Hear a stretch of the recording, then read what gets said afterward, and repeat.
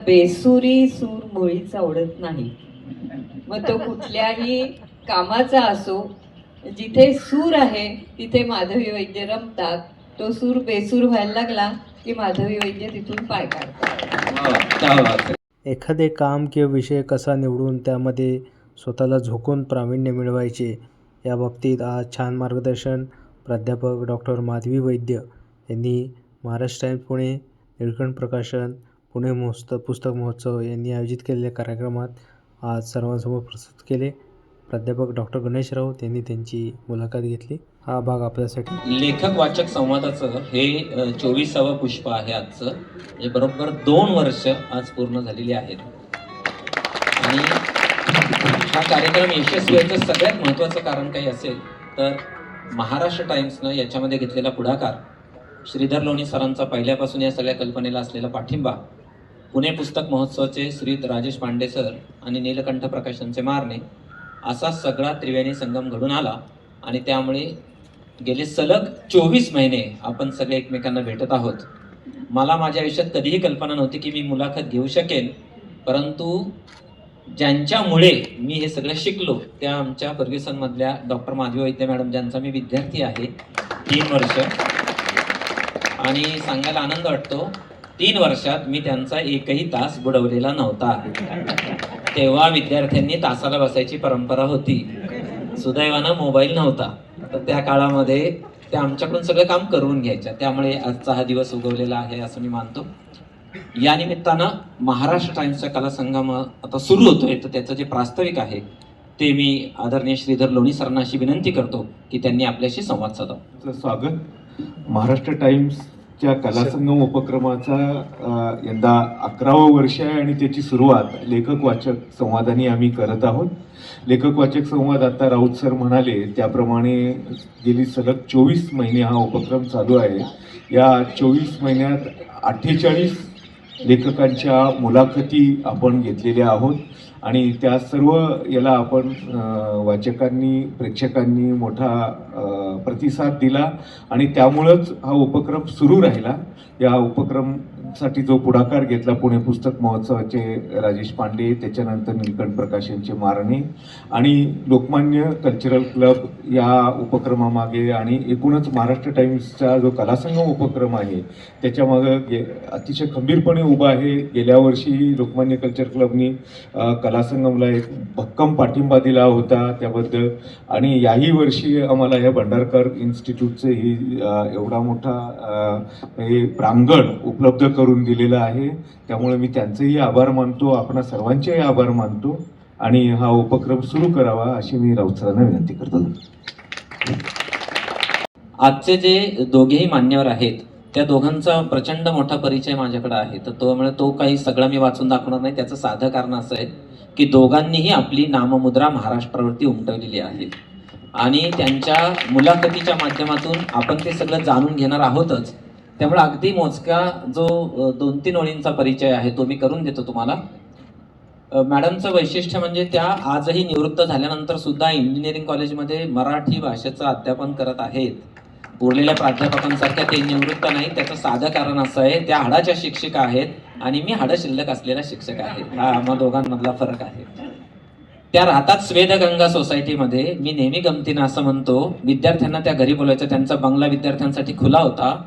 त्या आमच्याकडून अभ्यासाच्या साठी स्वेद गाळून घ्यायच्या आणि मग आम्हाला ज्ञानगंगेमध्ये उभं करायच्या, म्हणून त्या स्वेदगंगामध्ये राहत होत्या.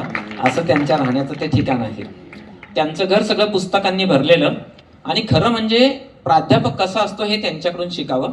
त्याचं साधं कारण असं आहे की शेवटच्या बाकावरच्या विद्यार्थ्याला सुद्धा त्या सगळ्या शिक्षण प्रक्रियेमध्ये सामावून घेणं हे सगळ्यात महत्त्वाचं काम जर कोणी केलं तर ते त्यांनी केलं. त्यांचा बाकीचा बायोडेटा जो आहे, त्या उत्तम कवयित्री आहेत, त्या उत्तम लेखिका आहेत, त्या उत्तम अनेक गोष्टी करतात, त्या आपण त्यांच्याकडून जाणून घेऊ. सुरुवात मी मॅडम पासून करतो की तुमचा जो सगळा बालपणीचा प्रवास आहे, तुमचं शिक्षण, तुमच्यावरती ज्यांचे संस्कार झाले, तुम्ही ज्यांना गुरु मानता, असा सगळा जो व्यवसायामध्ये पदार्पण करेपर्यंत जो सगळा प्रवास आहे तो जरा तुम्ही आमच्या श्रोत्यांना सांगू शकता. आधी तोंडभर कौतुक केल्यामुळे गणेश तुझं पण मी कौतुक करते. असे विद्यार्थी जेव्हा मिळतात तेव्हा गुरूंना बरं असतं की त्यांच्या खांद्यावर भार टाकून आम्ही आमची वाट मनसोक्त चालू ठेवतो. तर गणेशही माझा एक छान उत्तम आणि अतिशय हुशार असा विद्यार्थी. इतिहास हा त्याचा विषय. आणि अनेक वेळेला वक्तृत्व स्पर्धांमध्ये वगैरे त्याच्याकडून भाषणं ऐकणं आणि त्यांनी बक्षीस मिळवून आणणं हा रोजचा माझा परिपाठ झाला होता दरवर्षीचा. तर त्याच्यामुळे असे विद्यार्थी एक एक मला मिळाले, त्यामुळे माझी कारकीर्द खरं म्हणजे खुलून आलेली आहे. तर धन्यवाद. प्रवीण, आधी आपण हा कार्यक्रम ज्यांनी ठेवला त्यांचे, लोकमान्याचे राजेश पांडे आणि त्यांच्या टीमचे आम्ही खूप खूप आभारी आहोत. प्रवीण पण माझ्याबरोबर आहे. तर तू आता मला विचारलंस माझ्या बालपणाविषयी. माझं बालपण अतिशय समृद्ध गेलं आणि लहानपणापासून मी अतिशय श्रेष्ठ व्यक्तींच्या सहवासात वाढले. कारण तुम्हाला माहिती आहे की टिळक स्मारक मंदिरच्या शेजारी गोपाळ गायन समाज लेन म्हणून एक लेन आहे आणि तिथे माझं बालपण गेलं. खरं म्हणजे त्या गल्लीत पु ल साने गुरुजी, नंतर संगोरामांचे वडील म्हणजे आत्ता जे लोकसत्ताचे संपादक आहेत त्यांचे वडील, शांताराम आठवले, त्याच्या पाठीमागे राजा परांजपे, पलीकडे माई भिडे, असे अनेक मान्यवर व्यक्ती तिथे राहायच्या. आणि आबा चांदोरकर म्हणजे बाबासाहेब ज्यांना गुरु मानत असत ते नेहमी शांताराम आठवलेंच्याकडे यायचे. आणि अशा मोठ्या व्यक्तींच्या सहवासामध्ये आम्हाला राहता आलं, त्यांच्याशी बोलता आलं. भीमसेन जोशी होते, एक घर सोडून भीमसेन जोशींचं घर होतं, त्यांना बघता आलं. तर असं बालपण माझं फार समृद्ध गेलं. आणि जे काही कलागुण अंगात आमच्या भिनले ते गोपाळ गायन समाज लेनमधल्या गणेशोत्सवातून आणि इतर उत्सवातून आम्ही शिकत पुढे गेलो. तर बालपण अतिशय समृद्ध होतं. माझ्या गुरूंविषयी तू विचारलेलं आहेस. जसजशी बोलणं पुढे होईल तसतसे मी आणखीन गुरु सांगेन. पण माझे पहिले गुरु माझे वडील भालचंद्र नीलकंठ पटवर्धन, जे CMEची लायब्ररी ज्यांनी उभी केली, ज्यांनी CMEची लायब्ररी बघितली असेल त्यांना माझ्या वडिलांचं कर्तृत्व लक्षात येईल. म्हणजे ते नुसते लायब्ररियन नावाचेच नव्हते. प्रत्येक पुस्तकाच्या पुढच्या पानावरती त्या पुस्तकाचं झिस्ट काय आहे ते बाबांनी लिहून ठेवलेलं आहे. अजूनही जरी तुम्ही CMEत गेलात लायब्ररीत तरी तुम्हाला ते दिसेल. उत्कृष्ट हस्ताक्षर, उत्कृष्ट इंग्रजीवरती प्रभुत्व असलेला तो माणूस होता. आणि मुख्य म्हणजे त्यांचा छंद होता तो ऑर्गन वादनाचा होता. आणि त्यामुळे CMEतून ते आले घरी की ते ऑर्गन काढून वाजवीत बसत. आणि त्यामुळे शब्द आणि सुरांच्या साथीबरोबर माझं बालपण गेलेलं आहे. आणि त्यामुळेच काय असे ना, पण इतकी वर्ष झाली पण प्रवीण मला बेसुरी सूर मुळीच आवडत नाही. मग तो कुठल्याही कामाचा असो, जिथे सूर आहे तिथे माधवी वैद्य रमतात.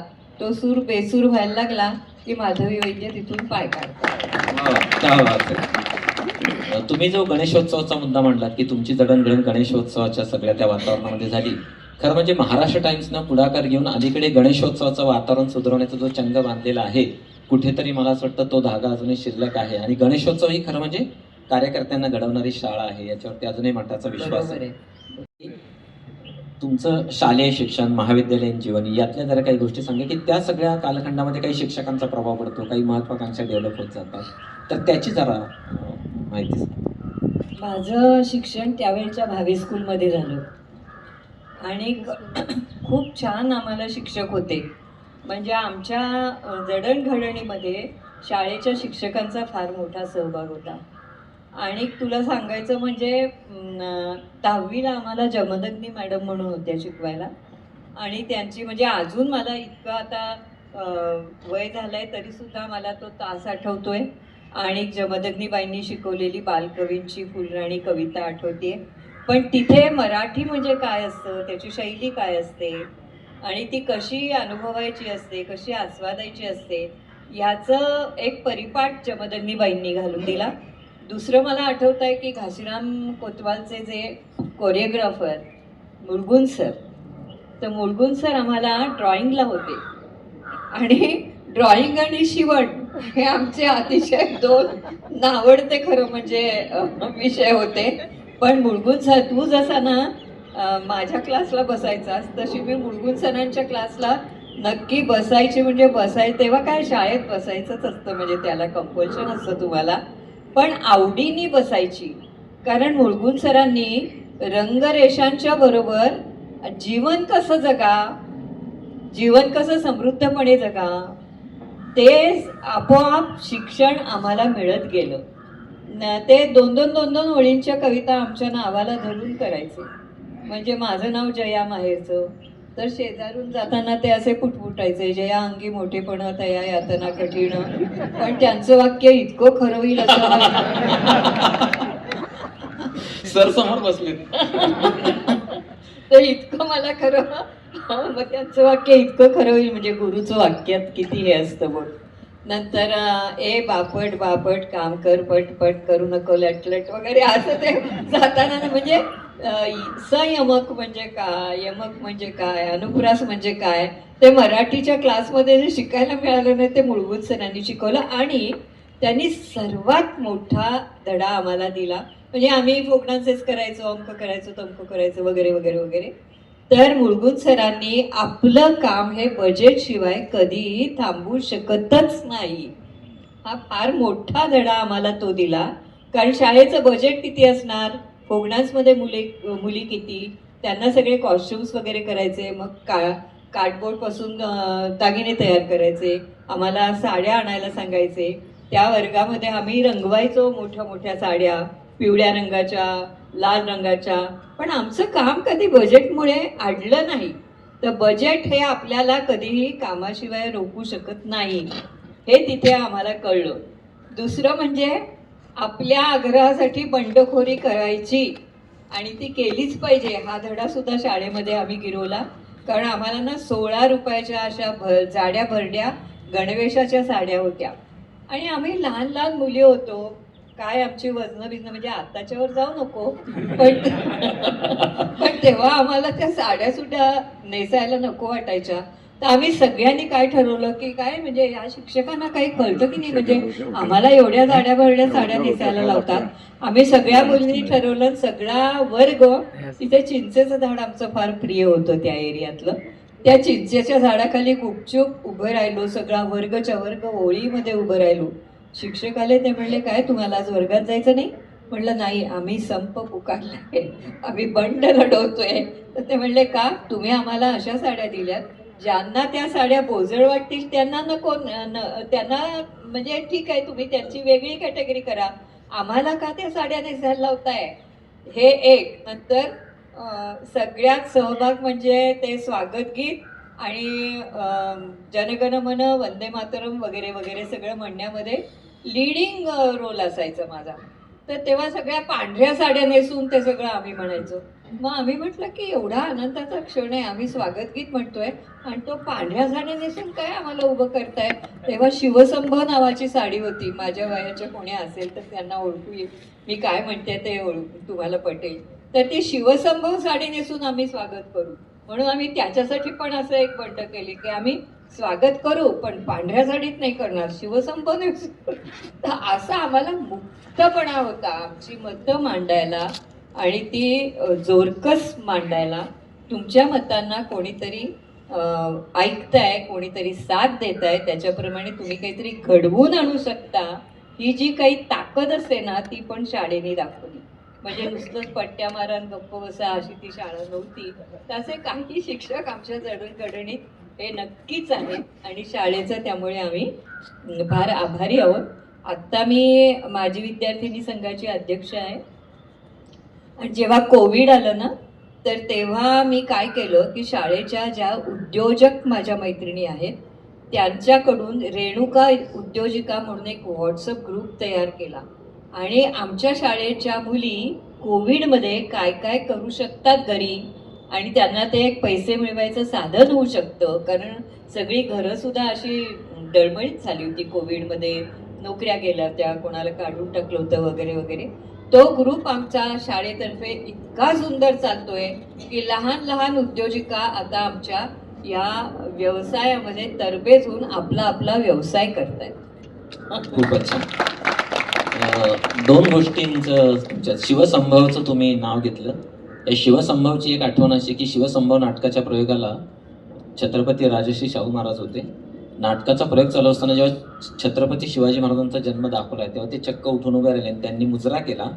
आणि आज जो छत्रपती शिवाजी महाराजांचा पुण्यामध्ये आणि आशिया खंडातला पहिला एकसंध अश्वारूढ पुतळा जो उभा राहिला आहे त्याची कल्पना त्या तिथून जन्माला आली, तो शिवसंभव.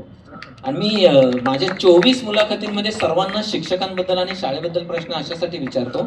गेली 31 वर्ष मी देसाई कॉलेजमध्ये शिकवतोय, तर तासाच्या पहिल्या सुरुवातीच्याच तासाला मी सर्व विद्यार्थ्यांना असा प्रश्न विचारतो की तुमच्यापैकी शिक्षक कोण होणार आहे. दुर्दैवाची गोष्ट अशी की अलीकडच्या काळामध्ये कोणाला शिक्षक व्हायचं नाही, तेव्हा मी त्यांना म्हणतो तुमच्यापैकी कोणी जर शिक्षक नाही झाला तर तुमच्या मुलांना चांगले शिक्षक कसे मिळतील. म्हणून दरवेळच्या मुलाखतीमध्ये मी तो आवर्जून प्रश्न विचारत असतो की तुमच्यावर जो शिक्षकांचा प्रभाव आहे, आता तुम्ही जे सगळं सांगितलं की मुलगुण सरांना विसरणं शक्य नाही, आता मी तुम्हालाच विसरणं शक्य नाही की आयुष्याच्या अखेरच्या श्वासापर्यंत आपण वैद्य मॅडमचे विद्यार्थी आहोत, हे विसरणं कधी शक्य नाही. मॅडम तुमच्याकडे येतो. प्राध्यापक व्हायचं हे कसं ठरवलं? अरे मी प्राध्यापक मुळीच होणार नव्हते. खूप लोक असंच सांगतात. नाही नाही, अजिबात होणार नव्हते. कारण माझं जेव्हा लग्न ठरलं आणि आम्ही दोघं जेव्हा फिरायला गेलो होतो लग्नाच्या आधी वगैरे, तेव्हा फिरायला जायचे असे दोघं जण. माझं वय 18.5 आणि त्यांचं वय 21. म्हटलं तुम्ही काय करणार, तशी ते म्हणले मी प्राध्यापक होणार. अरे बापरे म्हटलं, आता लग्न पण ठरवून झालं, आता सगळं, आता या प्राध्यापकाशी लग्न करायचं का काय. कारण प्राध्यापकांना ना आम्ही फार त्रास द्यायचो, अरे खूपच त्रास द्यायचो. आणि मग तेव्हा असं म्हणजे ठरवलं काय कोणत्याही माणसाशी लग्न करायचं पण प्राध्यापकाची बायको नाही व्हायचं. माझी बायको समोर बसली. नाही, एक तेव्हा तेव्हा अशा डोक्यामध्ये हे असतात ना पण मग सर काय करत होते? सर लार्सन अँड टुब्रो मध्ये इंजिनिअरिंग करत होते आणि मग त्यांना त्यांच्या आईपाशी जायचं होतं. मग त्यांना तिथे इंदूरला प्राध्यापकी करायची होती. तर हे सगळे डाव मला काय माहिती ना आधी, ते सगळे त्यांनी उघड करून सांगितल्यानंतर आमचं म्हणजे माझं तर इतकं हे झालं होतं. अरे बापरे म्हटलं, असं लग्न ठरवलं आई वडिलांनी आणि तो नेमका प्राध्यापक निघाला. म्हणजे मी प्राध्यापक होणार नव्हते. मला फर्ग्युसननी बोलवून घेतलं. भाग्यवान. मला फर्ग्युसननी बोलवून घेतलं कारण मी आता ज्या कॉलेजमध्ये MDMचे कोर्सेस अप्लाइड मराठीचे शिकवायला जाते, त्यावेळी पुणा युनिव्हर्सिटीला इथे अप्लाइड मराठीचे कोर्सेस सुरू करायचे होते. आणि तेव्हा सगळ्या माध्यमातून फिरलेली बाई त्यांना किंवा सर असे त्यांना पाहिजे होते.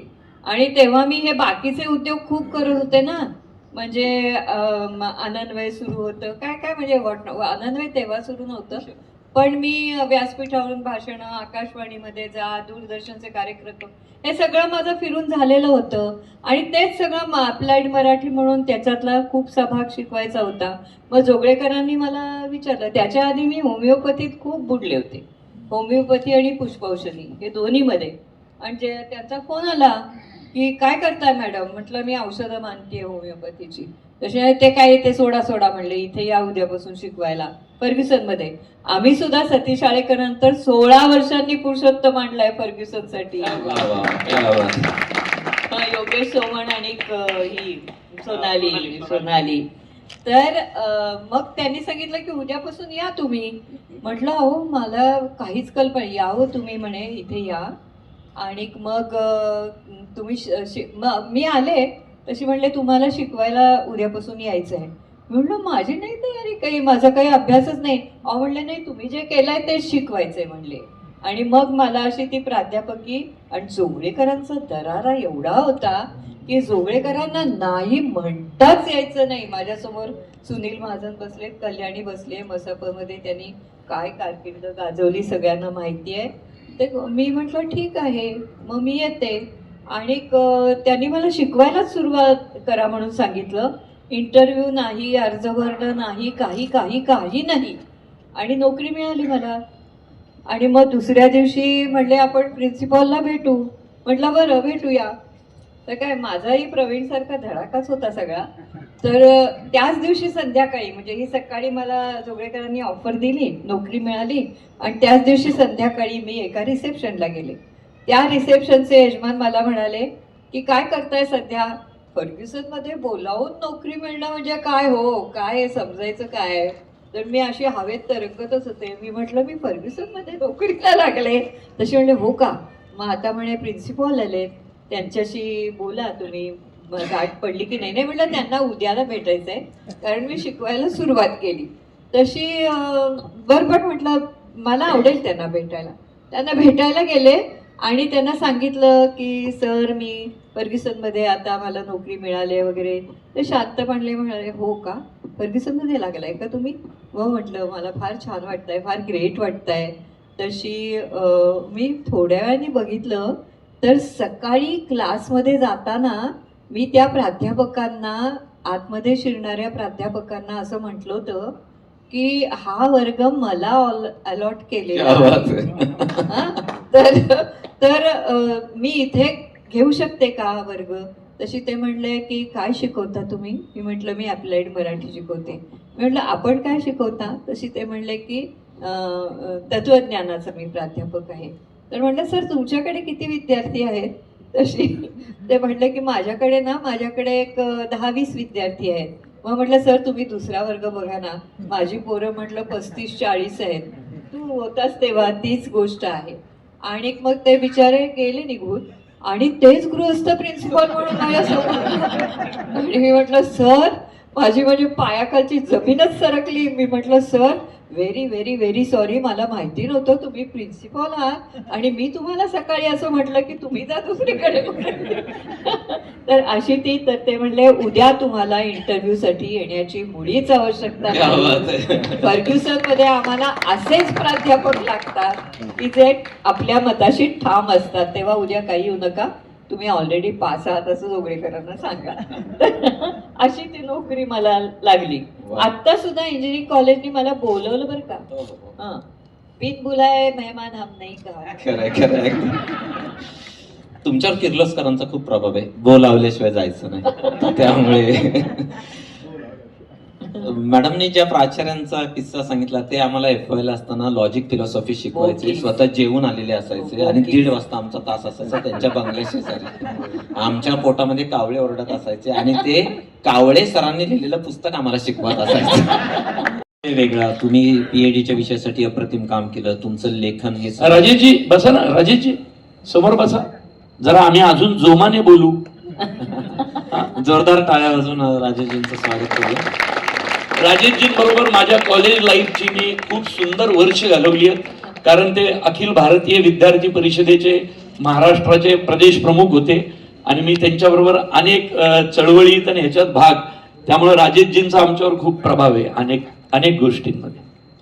आणखीन एकासाठी टाळ्या देऊया का आपण. आपले कुलगुरू पराग काळकर सर आले आणि आमचा पिट्याबाई, ज्याचं मी मागाशी वर्णन केलं खूप, तो मुळशी पॅटर्नचा पिट्याबाई, याच्यामुळं ते नाटक केलं नाही का, यांनी मला फसवलं.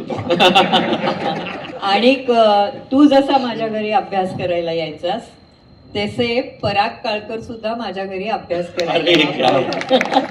तुमच्या घरी अभ्यास केल्यानंतर जर कुलगुरू होता येत असेल तर मी परत एकदा अभ्यास करत यायला तयार आहे. आता खूप कौतुक वाटतं पराग तुझं. त्यांचं दुसरं वैशिष्ट्य असं आहे, 24 पैकी 20 कार्यक्रमांना तरी ते हजर आहेत. ते अगदी आवर्जून हजर असतात. त्यांचं ते वैशिष्ट्य खरं म्हणजे ते पुण्याचे सांस्कृतिक महापौरच आहेत. ते कार्यक्रमांना हजर असतात. आपण आलो होतो तुमच्या लेखनाकडे, कारण आमच्या कॉलेजचे काही विद्यार्थी इथे बसलेले, त्यांनाही PhD करायची आहे. तर अशा वेळेला तुम्ही PhDचा विषय कसा शोधला, तुम्ही PhDचा अभ्यास कसा केला आणि खूप महत्वाच्या विषयावरती तुमची ती अप्रतिम PhD आहे, तर ते कसं तुम्ही सगळं साध्य केलं. याचं श्रेय खरं म्हणजे मी माझे मार्गदर्शक डॉक्टर भालचंद्र फडके यांना देईन. मी MA झाले तेव्हा आम्ही दोघीच फर्स्ट क्लास होतो आणि त्यामुळे तेव्हा असं काही नव्हतं, म्हणजे डेझर्टेशन द्या, अमक करा तमक करा, असं काही नव्हतं. आम्ही फर्स्ट क्लास असल्यामुळे आम्हाला PhD साठी रेड कार्पेट होतं आणि त्यामुळे मला डॉक्टर राशम वाळिंबे हे आमचे विभाग प्रमुख होते युनिव्हर्सिटीचे. तर त्यांनी सांगितलं की आता लवकर PhD ला सुरुवात करून टाका. मग गाईड कोण, तर डॉक्टर राशम वाळिंबे रिटायर्ड होणार होते, म्हणून त्यांनी माझं नाव डॉक्टर भादी फडके यांच्याकडे दिलं. अतिशय उत्तम गुरु मिळाला तर आपल्या जीवनाला कशी गती मिळते याचं उदाहरण म्हणजे डॉक्टर फडके यांचं मार्गदर्शन आहे. त्यांनी मला सांगितलं, म्हणजे इथे जे तुझे विद्यार्थी बसलेले आहेत त्यांच्यासाठी मुद्दामून सांगते, डॉक्टर फडक्यांनी मला असं सांगितलं की जो विषय तुम्ही PhD साठी निवडणार आहात तर त्याची आधी तुमच्या मनातलं मला कळू देत की कोणते कोणते विषय तुमच्या मनात आहेत. म्हणजे त्यांनी आपल्या मनातले विषय नाही मला दिले, ते 3-4 विषय मी त्यांच्यासमोर ठेवले. तशी ते म्हणले आता या 3-4 विषयांवरती तुम्ही चांगलं वाचन करा या सगळ्या विषयांचं. म्हणलो बापरे, D.K. बेडेकर दिला होता, नामदार गोखले दिले होते, असे वेगळे वेगळे संत साहित्य दिलं होतं. आणि म्हणले या प्रत्येकावरती 6-6 महिने तुम्ही वाचन करा आणि मग मला सांगा की तुमच्या प्रकृती धर्मासाठी, मी मुद्दामून शब्द वापरते, तुमच्या प्रकृती धर्माला जवळ असणारा विषय तुम्ही अभ्यासासाठी निवडा, कारण त्याच्यावरती तुम्हाला 5-6 वर्ष काम करायचं आहे. तर मी सगळे विषय सिन्सिअरली अगदी घेतले, वाचले. त्याच्यात मी असं बघत होते की मला हा विषय निवडायला पुढे काय वाव आहे, आत्ता काय मी काम करू शकते, आत्ता काम करण्यामध्ये या विषयासाठी मला कोणत्या अडचणी येणार आहेत. कारण मी माझं घर सोडून मी काहीही केलेलं नाही. कुठल्याही करायला घेतला उपक्रम तर मी माझं घर हे प्राधान्याने ठेवते. हे मी सगळ्या इथल्या बायकांना सांगू इच्छिते की घर आधी, मग तुम्ही काय करायचं असेल ते करा. तर त्यामुळे ही माझ्या कामाची धाटणी आहे. तर त्याच्यामुळे एक एक विषय मग त्याच्यातला एलिमिनेट होत गेला आणि मग माझ्या प्रकृती धर्माच्या जवळचा, कवितेला जवळ असणारा असा आव्हानात्मक विषय म्हणजे आरती प्रभू मी निवडला. तर तेव्हा त्यांची अवध्य, एक होता बाजीराव, आणि अशी सगळी जी नाटकं होती, अजगर कादंबरी होती, अजगरवरती आत्र्यांनी खूप कडक असा अग्रलेख लिहिलेला होता. तर ह्याच्यामुळे सगळे हादरून गेले होते. तर माझी आई म्हणाली, अगं घ्यायचा असेल तर चांगले संस्कार करणारा विषय घे ना, इतका अवघड आणि इतका वादात्मक विषय तू का घेतेस. तशी मी म्हटलं, अगं हा विषय चांगला आहे आणि अभ्यासासाठी त्यांचं प्रतिमा विश्व अभ्यास ना हा तर उच्च कोटीचा एक चॅलेंज आहे. तर ती म्हणली, बघ बाई, मला असं वाटतंय की आपल्या मनावर सुद्धा अभ्यास करताना चांगले संस्कार झाले. आता ती माझी आई होती आणि तिने जे वाचन केलं होतं किंवा ती जे ऐकत होती त्याच्यावरून ती बोलत होती. माझ्या घरात एक माझी पणजी होती. तर त्या पणजीला मी म्हटलं की एक मी तुला कविता वाचून दाखवते आणि ती कविता तुला कशी वाटते बघ. ही कविता ज्यांनी लिहिली आहे ना त्याच्यावरती मी अभ्यास करणार आहे असं मला वाटतंय. म्हणून मी तिला आरती प्रभू सही झाली ना ती कविता तिला वाचून दाखवली.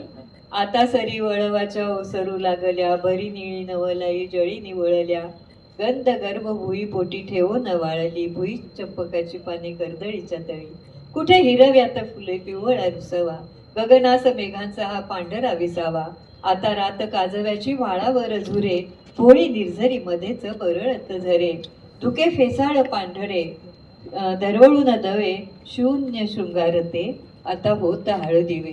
बा म्हणली, काय सुंदर कविता आहे ग, कोणी लिहिली आहे. म्हटलं मी त्याच्यावरती अभ्यास करणार आहे. आणि आई म्हणते की दुसरा विषय घे. नाही नाही नाही, तू हाच विषय घे, तिने शांतपणे सांगितलं. मी म्हटलं, अगं तू जर शिकली असतीस तर केवढी बाप म्हणून मिरवली असतीस, तुला खानोलकरांची कविता कळली. तर अशा प्रकारे मी तो विषय निवडला.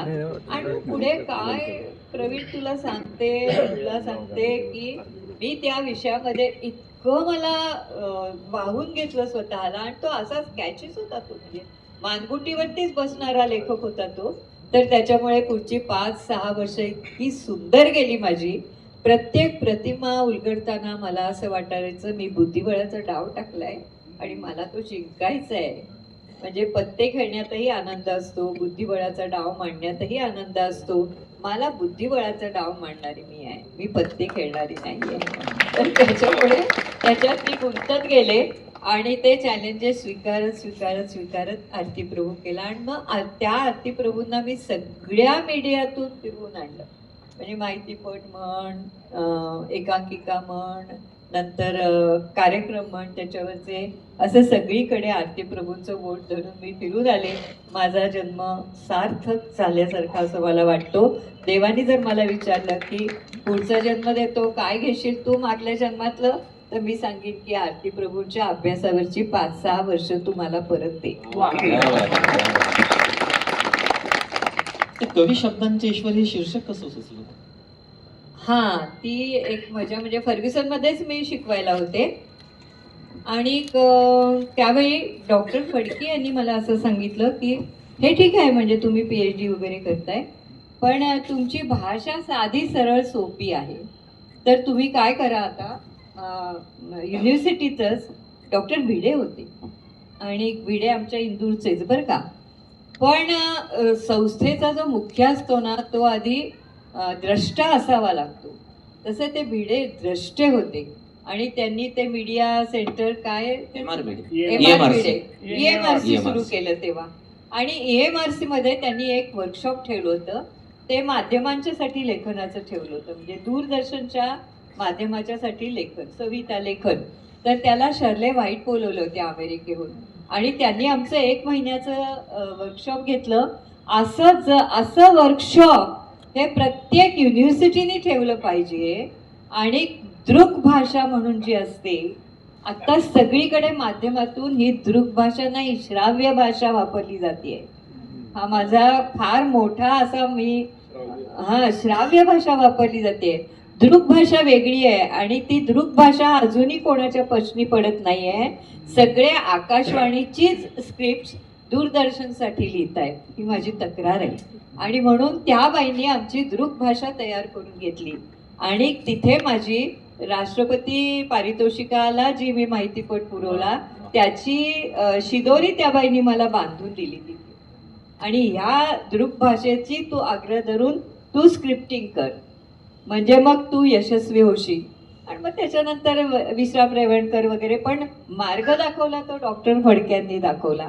आणि डॉक्टर MR भिडेंची मी फार दोघांची खूपच म्हणजे आभारी आहे की त्यांनी एक वेगळी वाट मला मराठीच्या अभ्यासाची दाखवली. क्या बात आहे.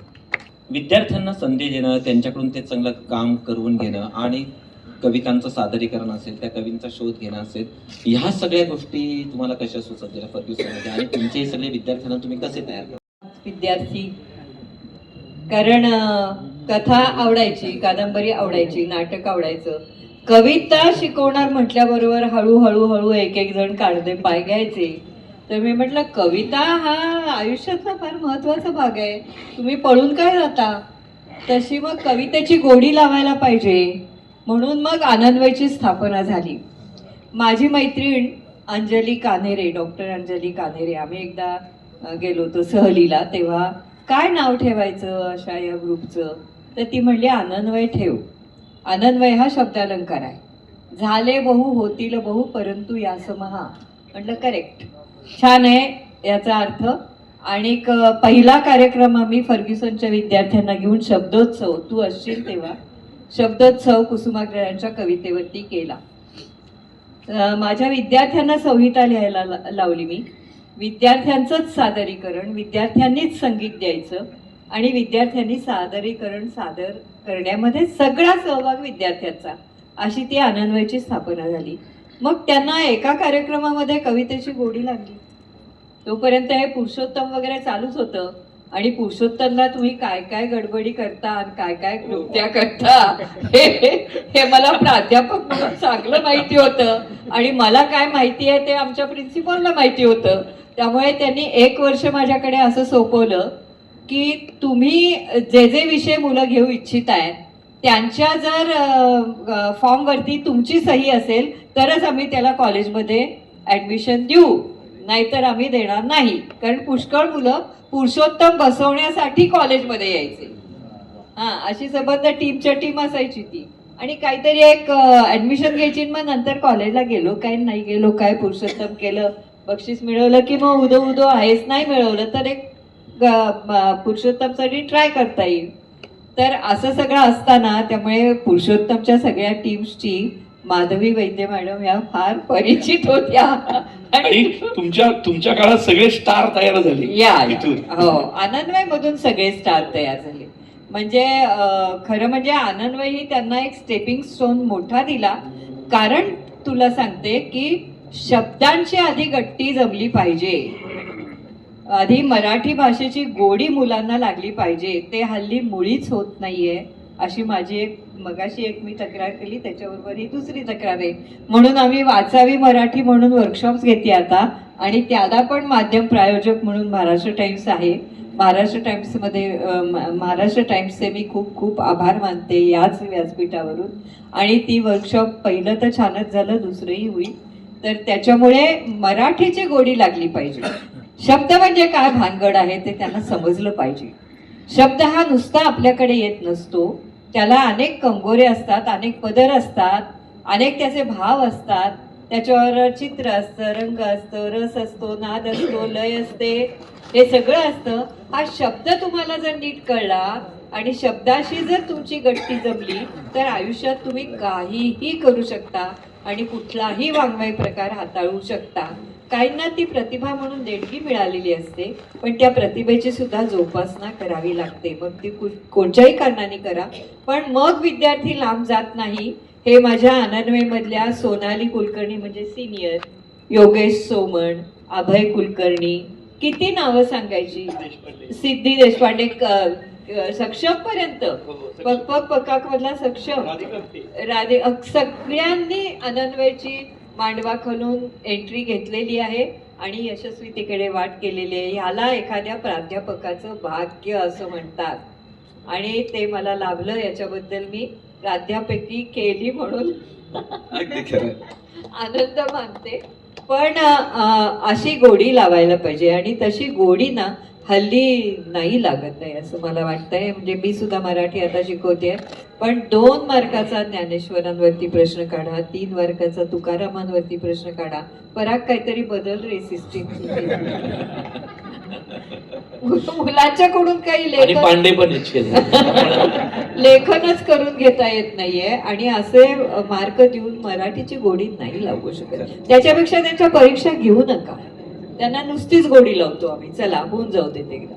पण असं भाषा शिकवण्यासाठी म्हणून त्यांना काही पर्याय देणं, भाषेच्या विरुद्ध IT चा पर्याय देणं, सोशल सायन्सेसचा पर्याय देणं, हे बरोबर नव्हे, नाही का प्रवीण? भाषाबरोबर नाटक द्या, भाषेला पर्याय नका देऊ तुम्ही. भाषाला भाषा म्हणून पर्याय द्यायला पाहिजे तर, पण भाषेला पर्याय सायन्सचे देऊ नका, इतिहासाचे देऊ नका. असं जरी केलं तरी भाषा ही खूप काही कामगिरी करून जाईल. आणि एकदा तुमच्या हातात भाषा आली की तुम्ही कोणत्याही क्षेत्रात जा, तुम्ही चमकताच तिथे, हा मला विश्वास आहे. माझ्या विद्यार्थ्यांनी पण मला हा विश्वास दिलेला आहे. बघूया पुढे काही बदल होईल, बदल होत राहत आहेत, चांगले बदल होत आहेत, तर त्याच्यामुळे ती पण आशा करूया. पण असं हे अनन्वयचं घसघशीत यश आम्हाला मिळालेलं आहे. अनन्वय 1989 साली स्थापन केली, अजूनही अनन्वयचं काम सुरू आहे. नवीन लोक येत आहेत. माझं तुम्हाला आवाहन आहे की तुम्हाला जर कविता आवडत असेल, तुम्हाला जर ती वाचावी वाटत असेल, तर तुम्ही माझ्याशी जरूर संपर्क साधा. मी नवीन वाचकांच्या शोधात आहे, नवीन गायकांच्या शोधात आहे. आणि त्यामुळे माझं वय जरी आज 78 असलं तरी मी मला स्वतःला 60ची एनर्जी घेऊन वावरते आहे. हे भाग्याची गोष्ट आहे. तरुण मुलांच्याकडून ऊर्जा मिळते आणि याच्यासारखं दुसरं मोठं औषध नसतं. त्यामुळे हे सगळं काम चालू आहे. परत तुमच्याकडे येतो की तुझं कवी शब्दांचं ईश्वराचं उत्तर द्यायचं राहिलं. संगीतकार राहुल घोरपडे, फर्ग्युसन मध्येच मी शिकवत होते आणि संगीतकार राहुल घोरपडे एकदा माझ्याकडे आले. तोपर्यंत मी रेवणकरांच्याकडे स्क्रिप्ट रायटिंग सुरू केलं होतं. रेवणकरांच्याकडे ज्या संहिता मी लिहिल्या त्यांच्यासाठी, त्याच्यातला 6ला नॅशनल आणि 3ला इंटरनॅशनल अवॉर्ड्स आहेत, हे मी अभिमानाने सांगते. म्हणजे ते गणित मला जमलं होतं की दृकश्राव्य माध्यमासाठी संहिता लिहिणं. आणि मग हे राहुल घोरपडे संगीतकार माझ्याकडे आले आणि ते म्हणले की तुम्ही आता संहिता लिहिताय तर आपण कवींवरती एक मालिका तयार करूया. मी म्हटलं कोणी बघणार नाही, अरे ती त्या दूरदर्शन आधी मान्य करणार नाही ती. पण मग आणि माधवी वैद्य तेव्हा कोणीच नव्हत्या, किंमत 0. राहुलला जरा तरी 1-2 मार्क होते, मला तर काहीच नव्हते. मग पण कुसुमाग्रजांशी माझी मात्र काय म्हणायचं आदरयुक्त अशी मैत्री होती. आणि मग त्याच्याकडे गेलो, त्यांना सांगितलं की असं राहुल म्हणतोय, आम्ही करतोय, तर तुमचं एक शिफारस पत्र आम्हाला द्या. मग त्यांचं शिफारस पत्र घेतलं, शांताबाईंचं एक घेतलं आणि मग आम्हाला आकाश ठेंगणं झालं. प्रत्येक कवीने आम्हाला मनमोकळेपणाने दाद दिली, त्याच्यात सहभाग घेतला. म्हणजे ग्रेस पासून ते सगळे नारायण सुर्व्यांच्या पर्यंतचे कवी आम्ही त्याच्यात सगळे घेतले. त्यांच्या घरी जाऊन ते सगळं शूटिंग घेतलेलं आहे. आपण सगळेजण यूट्यूबवर बघा, कवी शब्दांचे ईश्वर असं जर तुम्ही टाईप केलं तर 12-13 कवींवरती 23-23 मिनिटाच्या शॉर्ट फिल्म्स तिथे आहेत. आमचं भाग्य असं की ह्या कवींना आताची पिढी, पुढची पिढी बघू शकेल असं काहीतरी महत्वाचं काम आमच्याकडून झालं, आनंदबाईकडून झालं, कवी शब्दांचे ईश्वरकडून झालं.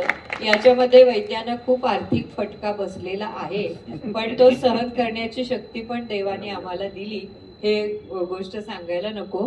पण असं काम प्रत्येकाने आपल्या विषयासाठी आणि पुढच्या पिढीसाठी करून ठेवलं पाहिजे.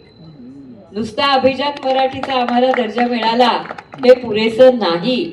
आधी मराठीचा न्यूनगंड मनातून काढला पाहिजे, झटून कामाला लागलं पाहिजे आणि उत्तमच आहे ते पुढच्या पिढीपर्यंत सोपवलं पाहिजे. की प्रत्येक प्राध्यापकाची, प्रत्येक मराठीवर प्रेम करणाऱ्या माणसाची ही कर्तव्य म्हणून त्यांनी घेतलं पाहिजे अशी मी सगळ्यांना विनंती करते. नाहीतर नुसता दर्जा मिळून काही होणार नाही रे. आजपासून 36 वर्षांपूर्वी आनंदबाईचा जो पहिला कार्यक्रम झाला होता त्याच्यामध्ये वैशाली जेव्हा म्हणाली होती की माझ्या मातीचे गायन तुझ्या आकाश श्रुतींनी, तेव्हा आलायला अंगावर शारा आजही तसंच काय ते सगळे सच्चे सूर तुम्ही दिलेले सगळं अप्रतिमच साठी सजगता यायची असेल तर ती फक्त वाचनानं येईल ही भावना ज्यांनी आमच्यामध्ये रुजवली त्या डॉक्टर माधवी वैद्यांना मी प्रणाम करतो आणि हा कार्यक्रम संपला असं जाहीर करतो.